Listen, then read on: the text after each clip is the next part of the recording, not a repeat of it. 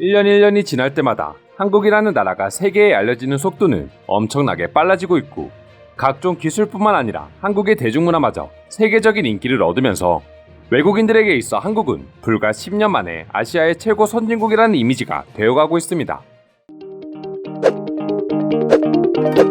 하지만 이처럼 한국이 날이 갈수록 정상을 찍고 있고 과거와는 비교할 수 없는 성장을 매일매일 이루고 있지만 외국인들 눈에는 정말 의아한 한 가지가 있다고 합니다. 중국은 이미 전염병으로 인해 세계적인 인식이 무너졌고 일본 역시 올림픽을 통해 많은 충격을 주었지만 한국만큼은 이 두 나라에 비해 아시아에서 최정상의 자리를 지키고 있음에도 불구하고 한국인들만큼은 전혀 행복해 보이지 않는다는 것이었습니다. 한 외국인 글쓴이가 주장한 한국인들이 불행한 이유는 다음과 같았습니다.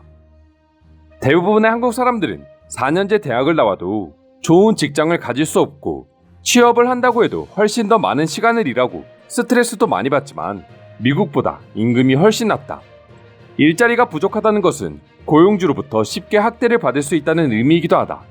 또한 초등학교 때부터 죽을 때까지 한국의 문화는 매우 위계적이다. 이것은 본질적으로 자유가 부족함을 의미하며 사람들이 다른 사람들을 더욱 자주 학대하게 만드는 계기가 되기도 한다. 그리고 한국 사람들은 워낙 뛰어난 두뇌와 재능을 가지고 있기 때문에 국내 경쟁의 압박은 말할 것도 없다. 국제적으로 봤을 때는 값싼 상품을 대량으로 제공하는 중국과 싸워야 하고 확고한 브랜드를 가지고 고품질 제품을 제공하는 일본과도 경쟁해야 한다. 즉 한국은 국내적으로도 국제적으로도 매우 타이트한 경쟁의 인생을 살 수밖에 없다. 여기까지가 대략적인 외국인 글쓴이의 주장이었습니다. 이 외에도 다른 외국인은 한국인들의 경우 어릴 적부터 참는 것만 배웠지 부정적인 감정을 다루는 법을 배우지 못했기 때문에 이를 표출하지 못해 불행하다라고 자신의 생각을 밝히기도 했습니다. 하지만 해당 글에 달린 관련 질문에는 오히려 최고 선진국이라고 불리는 미국과 한국을 비교하며 한국은 미국보다 훨씬 살기 좋은 국가인데 왜 한국 사람들이 미국으로 이민을 오는지 이해할 수 없다는 글들이 달리기 시작했습니다. 그리고 한국의 경쟁 역시 과거에는 그저 나쁘게만 보여졌지만 그 경쟁에 있었기 때문에 지금의 한국이 있을 수 있었다는 걸 인정하게 된 것이죠. 또한 한국에서 일해본 경험이 있거나 여러 가지 이유로 살아본 외국인들의 경우 자신들의 경험을 토대로 글쓴이가 생각하는 것처럼 한국인들이 한국에서 절대 불행하게 살고 있지 않다는 것을 주장하기도 했습니다. 겉으로 보기에는 한국인들은 그저 경쟁에 빠져 일만 하고 사는 것 같지만 그 어느 나라 사람들보다도 하고 싶은 걸 하고 살면서 즐겁게 사는 민족이라는 내용이었습니다. 일주일에도 몇 번씩 나가는 취미생활과 국내 여행, 그리고 매일 이어지는 맛집과 카페 투어 등 한국인들은 그 누구보다 주어진 조건 안에서 행복하게 살고 있는데 오히려 제3자가 불행하다고 주장한다는 것이었죠.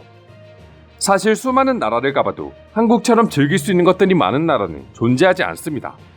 취미생활만 하더라도 축구, 자전거, 골프, 배드민턴, 러닝, 야구, 볼링 등등 한국인들이 운동을 좋아하는 걸 떠나서 언제 어디서든 해당 취미생활을 즐길 수 있는 인프라가 한국처럼 완벽하게 갖춰져 있는 것도 찾기 드문 게 사실입니다.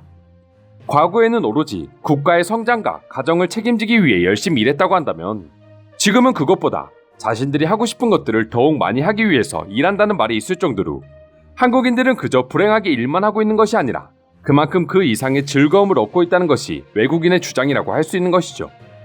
10년, 20년 전만 하더라도 외국인들 사이에서 한국은 죽을 때까지 일만 하는 최악의 나라라는 이미지가 있었던 것도 사실인데 이렇게 짧은 시간 안에 인식이 변한 걸 보면 그만큼 우리나라가 얼마나 급속 성장과 더불어 훌륭한 발전을 이뤘는지 알 수 있을 것 같은데요.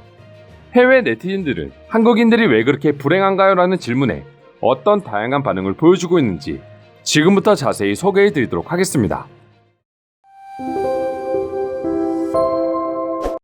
맞는 말 같기도 하지만 조금 왜곡된 점도 많은 것 같습니다. 저도 한국을 실제로 방문하기 전에는 말씀하신 내용이 모두 사실인 줄 알았는데 막상 한국을 가보면 실제로 유럽이나 미국보다 훨씬 좋은 환경을 가지고 있었습니다. 취업난 역시 캐나다가 한국보다 훨씬 어려웠고요. 한국인들이 약한 소리를 많이 하는 이유는 너무 급한 성장을 했기 때문입니다. 90년대만 하더라도 대부분은 취업을 할 수 있었고 그때와 비교하다 보니 지금 상황이 어려워 보이는 것이죠. 내가 만약 한국에서 한국인들이 누리는 환경을 모두 누리며 살 수 있다면 나는 지금 연봉의 절반만 받아도 좋아. 대부분의 한국인들은 일반적으로 자신을 매우 낮게 말하기도 하고 항상 자신이 부족하다고 생각하는 경향이 있습니다. 실제로 그들은 아주 뛰어난 능력을 가졌지만 말이죠. 그래서 우리가 보기에는 한국인들은 항상 한국 생활에 만족 못하는 것처럼 보일 뿐입니다. 확실히 한국인과 대화해보면 그들은 부정적인 감정을 제대로 표현하지 못하는 것 같아 보여. 그렇다 보니 때로는 이들이 한국에서의 삶이 별로 만족스러워 보이지 않는 거지. 라이프 스타일에 따라 다르기는 하겠지만 미국이 한국보다 살기 좋은 이유가 그렇게 많은 것 같지는 않습니다. 그리고 이는 세월이 흐르면서 한국의 성장이 더욱 빨라지다 보니 더더욱 그렇게 느껴지기도 하고요. 한국 사람들만큼 하고 싶은 걸 다 하고 사는 사람들은 없을 겁니다. 열심히 일하는 대신 그 이상의 즐거움을 얻을 수 있는 곳이 한국이고 한국인들은 이를 통해 충분히 행복한 삶을 살고 있습니다. 한국인들이 그토록 불행해 보이는 이유는 끊임없는 욕심 때문입니다.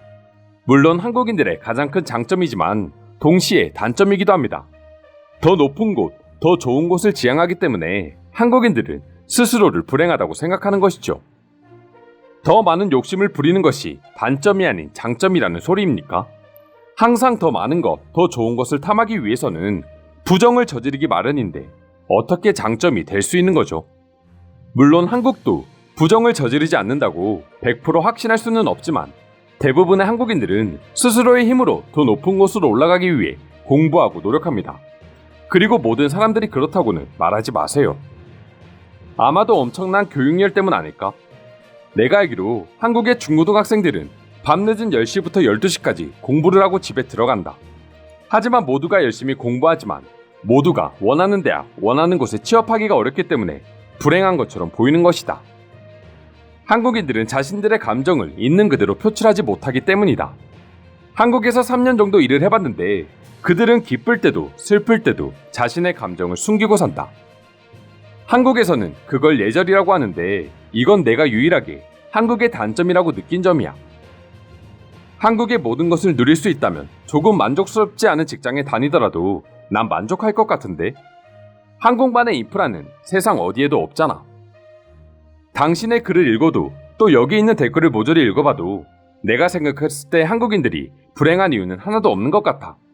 내가 서울을 갔을 때 뉴욕보다 못한 게 하나도 없었고 런던보다 나은 점은 수도 없이 많았다. 한국인들은 대체 왜 불행하다는 거지? 아마도 지금 한국은 변화하는 과정이기 때문일 것이다. 앞으로 한국은 훨씬 더 발전하고 아마도 100년이 흐르고 그 다음 100년은 세계에서 가장 멋진 사람과 도시로 인정받고 있을 거야. 이상으로 한국인들은 왜 불행합니까? 라는 글에 달린 외국인들의 반응 살펴보았습니다. 오늘도 끝까지 영상 시청해주셔서 감사드리며 여러분들의 구독과 좋아요는 영상 제작에 큰 힘이 됩니다. 이상 종크TV였습니다.